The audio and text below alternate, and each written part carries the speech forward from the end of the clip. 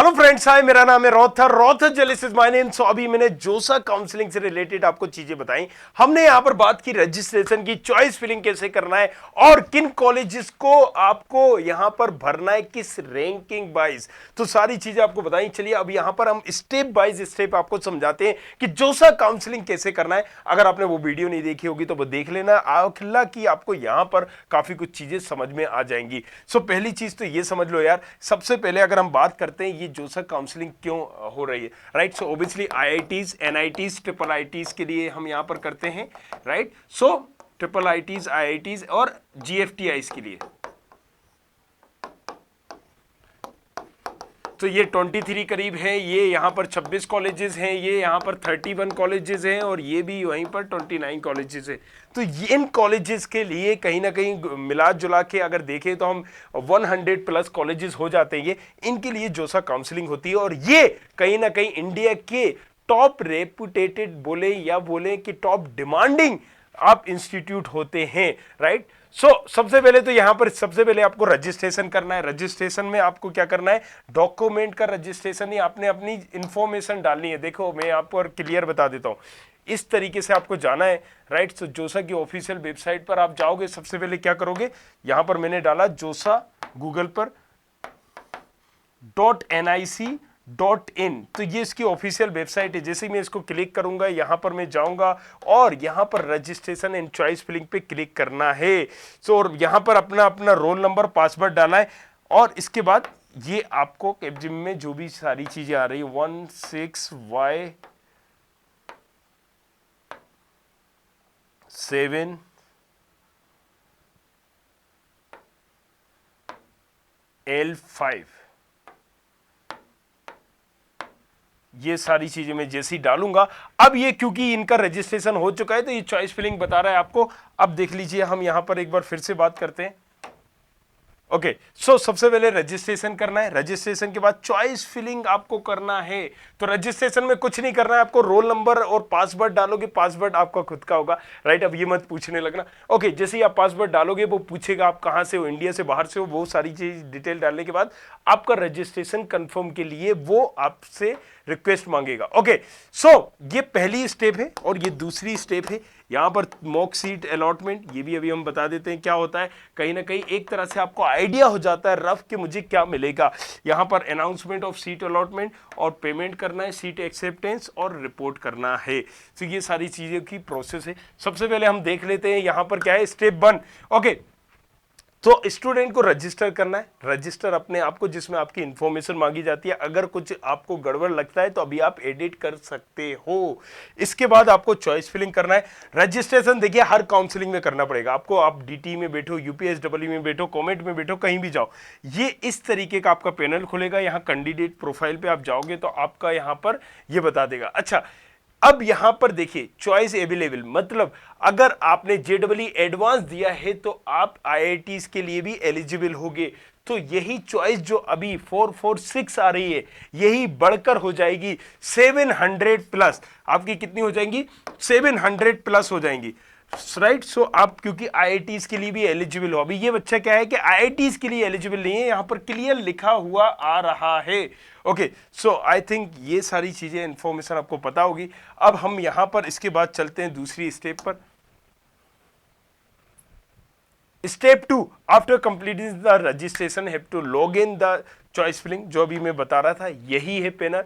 यहां पर स्टेप 2 पर जाकर आपको चॉइस फिलिंग भरना है। चॉइस फिलिंग में आपको इन कॉलेजेस को स्टेप बाय स्टेप भरना है, राइट। ये जो भी कॉलेज आप चूज करना चाहो उसको पहले भरना है, उसके बाद फिर भरना है। मतलब एक अच्छा कॉलेज, अच्छी ब्रांच, उसके बाद एक आप कॉलेज ले लीजिए कि आप या तो फिर मिडिल कॉलेज और उसकी अच्छी ब्रांच, या अच्छा कॉलेज उसकी मिडिल ब्रांच। मिडिल ब्रांच से मतलब सिविल, मैकेनिकल, इलेक्ट्रिकल। इस पे पूरी वीडियो बनाई हुई है, जाके देख लीजिए आप। चलिए, तो ये हमारी सारी चीजें हो गई, रजिस्ट्रेशन भी हो गया। अब स्टेप 2 के बाद अब आपको क्या करना है, स्टेप 2 भी हो गया, यही है स्टेप 2। हालांकि थोड़ा सा आपको समझना पड़ेगा, सबकी प्रोफाइल के हिसाब से, सबकी रैंक के हिसाब से चॉइस फिलिंग अलग अलग होगी। आप किसी कोटे में हो, राइट। सो आपको कैसे करना है, आपकी प्रोफाइल अलग होगी, मे बी आपके पास आप मिजोरम से हो मान लीजिए तो वहाँ पर तो 8-8 लाख जाती है। अगर आप एनआईटी दिल्ली से हो और एनआईटी दिल्ली टारगेट कर रहे हो तो वहाँ पर भी आपको फ़ायदा मिल जाएगा। कहीं आप यूपी से हो या फिर आप मान लीजिए बिहार से एनआईटी पटना टारगेट कर रहे हो तो उसके लिए चॉइस फिलिंग अलग होगी, क्योंकि होम स्टेट अदर स्टेट कोटे में कोई फ़र्क नहीं होता है। ओके, सो ये सारी चीज़ें होने के बाद स्टेप 3 मॉक सीट अलॉटमेंट, ये क्या होता है? सो ये कहीं ना कहीं देखो, आपने अगर मध्य प्रदेश की काउंसलिंग की होगी तो यहाँ पर मेरिट लिस्ट होती है। मेरिट लिस्ट मतलब एक पता चल जाता है हमें कि आप, अच्छा भैया हमें ये कॉलेज मिल सकता है या मिल सकता था, या इसका मतलब ये नहीं कि यही मिल जाएगा। फिर से समझिए आप, ये कॉलेज आपको मिल सकता है, इसके करीब ये रैंकिंग जा रही है जितने भी लोगों ने भरा है। मान लीजिए काउंसलिंग में यहाँ पर पिछली काउंसलिंग में मैं बात करता हूँ कि 22,000 लोगों ने भरा था, राइट, डीटी में एमपी की काउंसलिंग, दूसरी काउंसलिंग का एग्जांपल दे रहा हूं। इस बार 17,000 लोगों ने भरा तो ऑब्वियसली रैंक जो है गिरेगी, मतलब ज्यादा रैंक पर भी आपको मिल जाएगा। सो यहां पर मॉक सीट अलॉटमेंट एक तरह से मेरिट लिस्ट आप बोल दो, या यहां पर आपको ये बताता है authority conduct to mock allotment, जिससे आपको एक आइडिया हो जाता है और आप पहले से ही पता लगा सकते हो कि ओके मुझे ये मिल सकता है या नहीं मिल सकता है। ओके, इसके बाद अगर हम तीसरी स्टेप पर चले, अलॉटमेंट रिजल्ट। अब ये क्या है? जैसे कि हम बात करते हैं, हम एक आपको एग्जांपल यहां पर बता देते हैं, राइट। चलिए कोई एग्जांपल मैं यहां पर डीटी काउंसलिंग खोल लेता हूं। ये मध्य प्रदेश के गवर्नमेंट कॉलेज हो या प्राइवेट कॉलेजेस हो उनके लिए होती है। इसी तरह से यूपीएसडब्ल्यू होती है। तो जब हम मान लीजिए हम यहाँ पर चूज करते हैं, सबसे पहले ओके मैंने सिलेक्ट किया, यहाँ पर मैंने सिलेक्ट किया प्रोग्राम और ये मैं काउंसलिंग के लिए गया। अब देखिए यहाँ पर क्या है कि आपको पहला राउंड होता है, रजिस्ट्रेशन करना है जो आपको अभी करना था। इसके बाद log in for choice filling, वही नंबर डाल के आप log in for choice filling करेंगे। जब आप इसकी चॉइस फिलिंग करेंगे, राइट, चॉइस फिलिंग करने के दौरान आपने जो कॉलेजेस डाल दिए वो कॉलेजेस आपको पर्टिकुलर उसके बाद यहां पर इस तरीके से चॉइस फिलिंग, मान लीजिए मैंने कर दी, कॉलेजेस को डाल दिए, पहले नंबर पे एक कॉलेज, दूसरे पे ये, तीसरे पे, चौथे पे उसकी ब्रांच। हो सकता है एक ही पहले पे वही कॉलेज की दूसरी ब्रांच चाहिए हो, तो कॉलेजेस नहीं होते चॉइस फिलिंग में, ब्रांचेस वाइज होता है, राइट। सो इस कॉलेज की ये ब्रांच, इस कॉलेज की ये ब्रांच, इस कॉलेज की ये ब्रांच, इस कॉलेज की ये ब्रांच, इस कॉलेज की ये ब्रांच। सो आई थिंक ये सारी चीजें आपको क्लियर होंगी। अब अगर हम बात करते हैं, हमारी चॉइस फिलिंग भी होगी, राइट। अलॉटमेंट रिजल्ट, तो अलॉटमेंट रिजल्ट का मैं बता रहा था, थोड़ा सा मुद्दे से भटक गए हम। ओके, ये अलॉटमेंट रिजल्ट हम बता रहे थे। तो देखिए फर्स्ट राउंड जब हमारा हुआ था और यहां पर कॉमन मेरिट लिस्ट आई थी, जो मेरिट लिस्ट है उसी को मॉक सीट अलॉटमेंट बोलते हैं, यहां पर मेरिट लिस्ट बोलते हैं। इसी तरीके से जब हम फ्रीज, फ्लोट, स्लाइड करते हैं तो यहां पर क्या बोला जाता है? स्लाइड को बोला जाता है इंटरनली ब्रांच चेंज, राइट। क्या बोला जाता है? Internally branch change, internal branch change, वहां पर उसको स्लाइड बोला जाता है। अगर हम बात करते हैं कि आपने अगर यहां रिपोर्ट कर दिया, इसका मतलब है वहां पर उसको फ्रीज बोला जाता है। सो घुमा फिरा के सारी चीजें एक ही हैं, बस बोलने का तरीका अलग अलग है। जिसको यहां पर हम अपग्रेड बोलते हैं और वहां पर आप बोलते हो उसको फ्लोट। ओके, सो ये सारी चीजें हो गई। इसके बाद प्रिंट अलॉटमेंट लेटर, मतलब आपने जो कॉलेजेस भरे थे, जो कॉलेजेस से मतलब मान लीजिए ये कॉलेजेस भरे थे, इसमें से आपको कौन सा कॉलेज मिला है वो आपको पता चल जाएगा। मान लीजिए ये मिला है आपको, अब जैसे कि इस बच्चे की 92 रैंक है तो यहां पर इसको ये 6 नंबर का कॉलेज मिलेगा। सो ये कॉलेज मिला है इसको। तो ये चीज़, हालांकि मुझे अब कट ऑफ का नॉलेज है तो सारी चीज़ें बता रहा हूं, और कुछ हमने टूल भी आप लोगों के लिए बनाए हुए थे कि आप जाके भी उससे देख सकते हैं।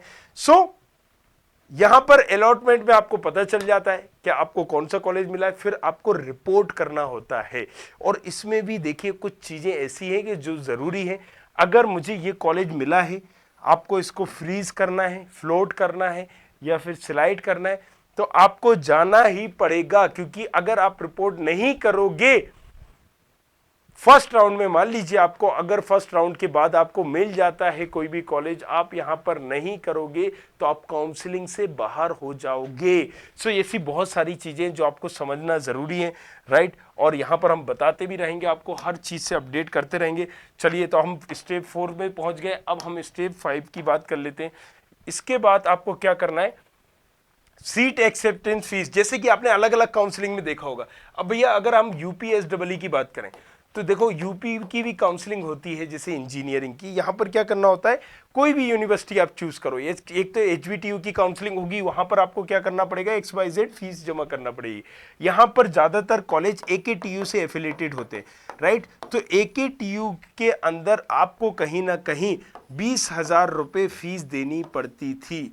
20,000 रुपये फीस किस चीज की, सीट एक्सेप्ट करने की, क्योंकि भाई एक बच्चा 4-4, 5-5, 10-10 जगह भी काउंसलिंग में अपियर हो सकता है ना।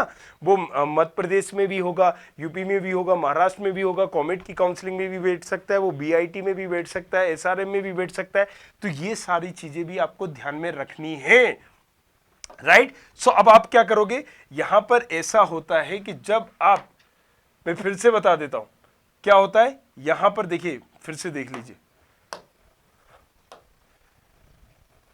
ओके, सो अगर आपको एक्सेप्ट करना है तो उसकी फीस सबमिट करनी पड़ेगी। तो फीस कितनी है, ये फीस बता रहे हैं आपको कि 35,000 रुपए है, राइट। 35,000 रुपए है। अब आप इस बार देख लीजिएगा, कुछ बड़ी तो नहीं है। ओके, सो 35,000 रुपीज है, और SC ST और PWD के लिए 15,000 रुपए है, ये आपकी फीस है। अगर आप कोई भी सीट एक्सेप्ट करते हो और उसके बाद देखना चाहते हो कि मुझे शायद ऊपर की कोई मिल जाए, लेकिन इसके बाद भी है, ये आपका पैसा वापस हो जाएगा। सिर्फ प्रोसेसिंग फीस 1,500 रुपए वो कट के, अगर आप कोई कॉलेज नहीं लेते हो। लेकिन इसको भी ध्यान में रखना है, अगर मान लीजिए हम IIT टारगेट कर रहे हैं और आप इसको लास्ट राउंड में विड्रॉल कर रहे हैं, विड्रॉल और फ्रीज फ्लोट ये सारी चीजें समझाई हुई हैं, सो आपको ये फीस फिर रिफंड नहीं होगी। सो ये सारी चीजें समझना है, ये हर जगह होती थी, राइट। एक लिमिट टाइम तक के लिए एक ड्यूरेशन दे दी जाती है कि इस टाइम तक, जैसे कि वहां पर बताया गया है DT में क्या होता है, 7 दिन, काउंसलिंग खत्म होने के 7 दिन पहले तक आपको कहीं ना कहीं अपनी जो भी है कॉलेज से एडमिशन या तो कैंसिल करा लो, इसके बाद कराओगे तो फीस रिफंड नहीं होगी। UPSEE में भी यही होता है, वहां पर भी 20,000 रुपए अगर एक्सेप्टिंग फीस मांगी जाती है तो उसमें एक टाइम दिया जाता है कि इस टाइम तक आप अगर फीस विड्रॉल करते हो तो X% काट के आपको वापस मिल जाएगा। तो 1,500 रुपए कटेगा प्रोसेसिंग, बाकी सारी वापस हो जाएगी। और अगर ये वीडियो समझ में आया तो यार शेयर जरूर करना इसको।